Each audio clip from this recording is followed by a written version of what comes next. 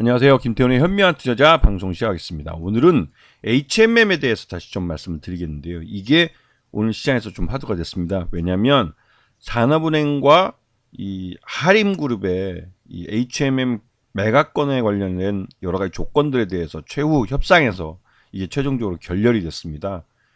이게 이렇게 결렬이 된 이유는 하림이 최초의 이 인수 시도 때 그 동원과 경쟁할 때는 이러한 조건들을 제시했다가 내렸습니다. 철회하고 그 가격을 6조 4천억으로 한 1천억 정도 더 이 동원보다 비싸게 써가지고 우선 협상자가 됐지요.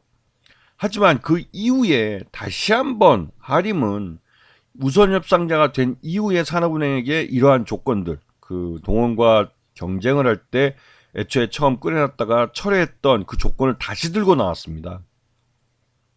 그런데 지금 이 HMM 같은 경우 우리나라 대표적인 국적 선사이기도 하고, 이 회사가 그 해운 경기가 좋을 때는 그 몇 조 원의 돈을 벌어들이는 아주 캐시카우가 될 수 있는 그런 우량 회사입니다. 부실 분야를 대부분 다 털어내고 우량한 부분만 넘기는 거기 때문에 이게 가격이 원래는 한 10조 원 정도 생각하는 그런 회사였습니다. 그랬다가 작년 하반기부터 해서 해운 업황이 좀 둔화된다고 그럴까요? 그러면서 이 가격도 많이 그러니까 운송비도 많이 줄고 해가지고 이게 그 매출 외형도 그렇고 실적도 그렇고 다 좀 부진해진 게 사실입니다.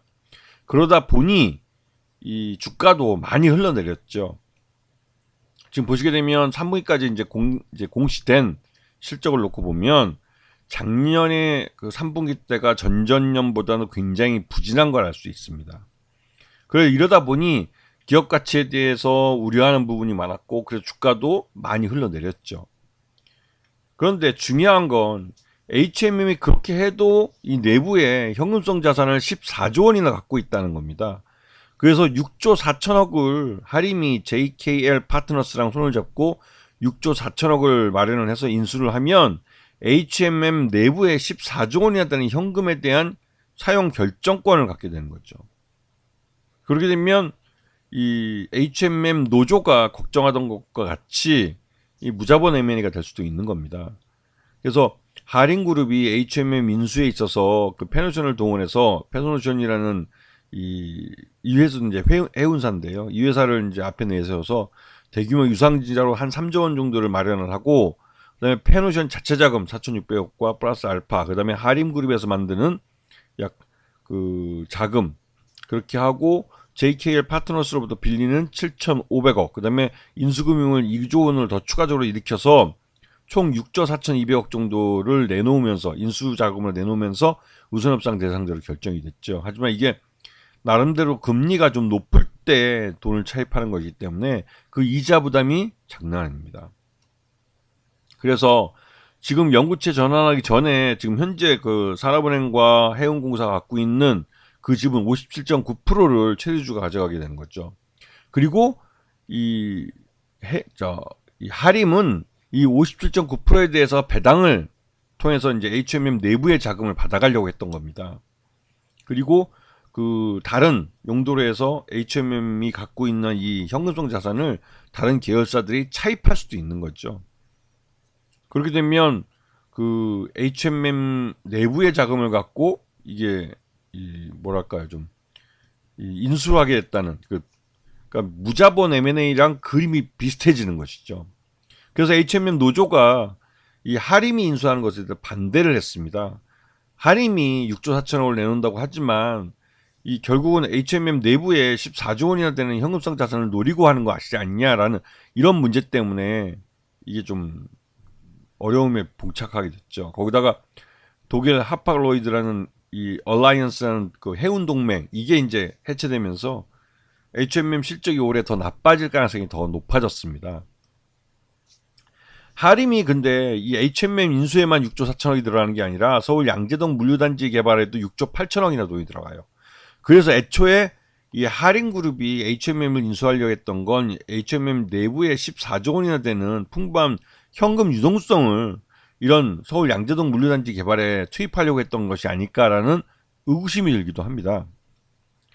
그래서 결국은 이 하림이 들고 나온 이 여러 가지 조건들, 최종적으로 이게 이제 연구체를 지금 산은과 해운공사 갖고 있는 연구체 전환을 3년 동안 유예를 해서 자기가 최대주로 그 지분을 50% 이상 갖고 있을 때 최대한 배당도 많이 받아가고 경영에 대해서 외부 간섭 받지 않고 독자적으로 마음대로 할 수 있으려고 하고 싶었는데, 이 부분은 연구체를 주식으로 전환해야 시장에서 매각을 해서 이 공적 자금을 회수할 수 있기 때문에 산업은행으로서는 솔직히 그렇게 3년이라는 기간을 그냥 묶어두기에는 좀 어려운 부분이 있죠. 지금 정부 재정도 어려운 판인데, 거기다가 인수 5년간 주주 변동이 없어야 한다고 산은이 말했는데, 여기에 대해서 JKL 파트너스라는 그 FI로 들어온 이 파트너는 그 전에 이 펀드가 만기를 맞이하기 때문에 좀 그 전에 팔 수 있게 해줘야 한다라고 예외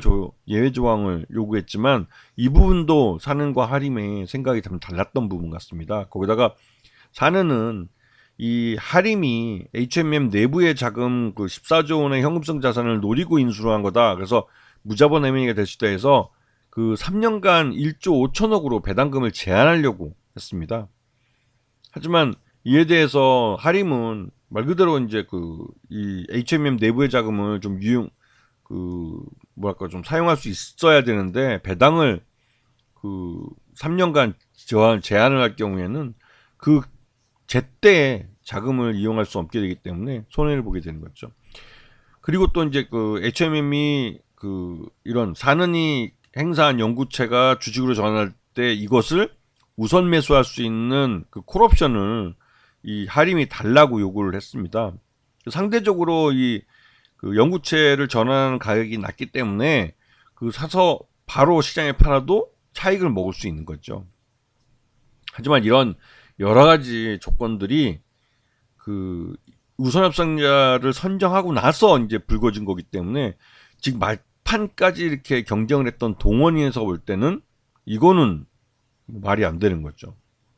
그래서 이 동원 쪽에서 이러한 논란이 나오면 소송을 걸겠다고 한 거고, 산은은 실제로 동원에서 소송을 받을 경우에는 이게 이제 이 매각 자체가 부실하게 이루어지고 특혜를 준 거다, 재벌 특혜라는 말이 나올 수 있기 때문에 이 산은도 눈치를 볼 수밖에 없죠. 특히나 이 이슈가 돼버리면, HMM 인수가 이제 하림에 대한 매도가 이제 이슈가 돼버리면 총선에도 불리하기 때문에 일단은 이 계약 자체를 무산시키는 쪽으로 결정이 된 것 같습니다. 하림그룹은 HMM 인수 무산에 대해서 안타깝고 유감이다라는 의사를 표명하면서 이 딜이 깨졌다는 걸 공식화했습니다. 그래서 하림 같은 경우는, HMM 같은 경우는 이 소식이 오전에 알려지고 나서 주가가 급락했다가 바로 금세 다시 또 회복되는 모습을 보였고, 이 하림 지주 같은 경우도 지금 오전에 이 소식이 처음 알려졌을 때는 주가가 급락을 했지만, 오히려 이 승자의 저주로부터 벗어날 수 있다는 그런 기대감 때문에 오히려 안도감이 더 찾아온 것이죠. 주가는 그래서 이 하림 지주 같은 경우 오히려 반등을 했습니다. 왜냐면 이 HMM 인수 같은 6조 4천억이나 들어가는 자금을 할 필요 없이 그냥 양재동 사업만 집중하면 되기 때문에 오히려 하림 지주로서는 좀 더 홀가분하게 사업을 할 수 있게 된 거죠. 이것 때문에 지금 하림 지주뿐만 아니라 이 HMM 지분도 어떻게 보면 HMM 쪽도 보면 뭐 나쁠 건 없다는 거죠. 이번 딜이 깨져도. 왜냐면 애초에 하림이 인수자로 적정하지 않았다는 말들이 많았습니다. 그리고 지금 HMM 정도를 인수하려면 국내 10대 재벌 정도의 덩치가 큰 기업이 나서는 게 맞지, 하림같이 이렇게 이제 30위권, 거의 50위권인가요? 재벌 순위로 이렇게 낮은 회사 갑자기 덩치 큰 HMM 인수해서 순식간에 재계 순위가 15위인가 이렇게까지 뛰는 게 과연 합당한 것인가에 대한 재계 우려도 나오기도 했습니다.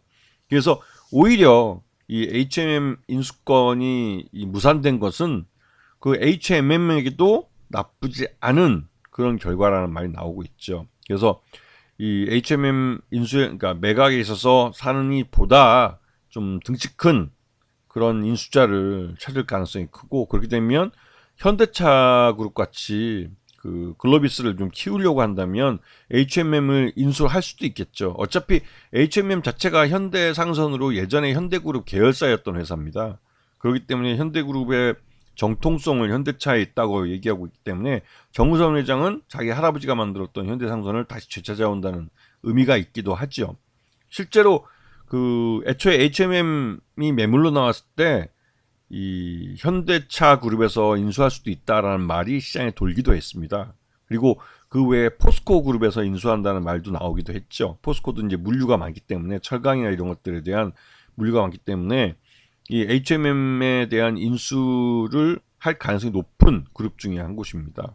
그래서 그런 등치 큰 그룹들이 인수를 해줘야 HMM도 좀 안정적으로 경영을 해가면서 덩치를 더 키우고 성장을 할 수 있다고 생각되고 있기 때문에 요번 하림과의 딜이 깨진 건 오히려 더 양사, 하림에게도 그렇고 HM에게도 그렇고 모두 서로에게 윈윈하는 더 좋은 일이 될 수 있다는 그런 생각이 듭니다.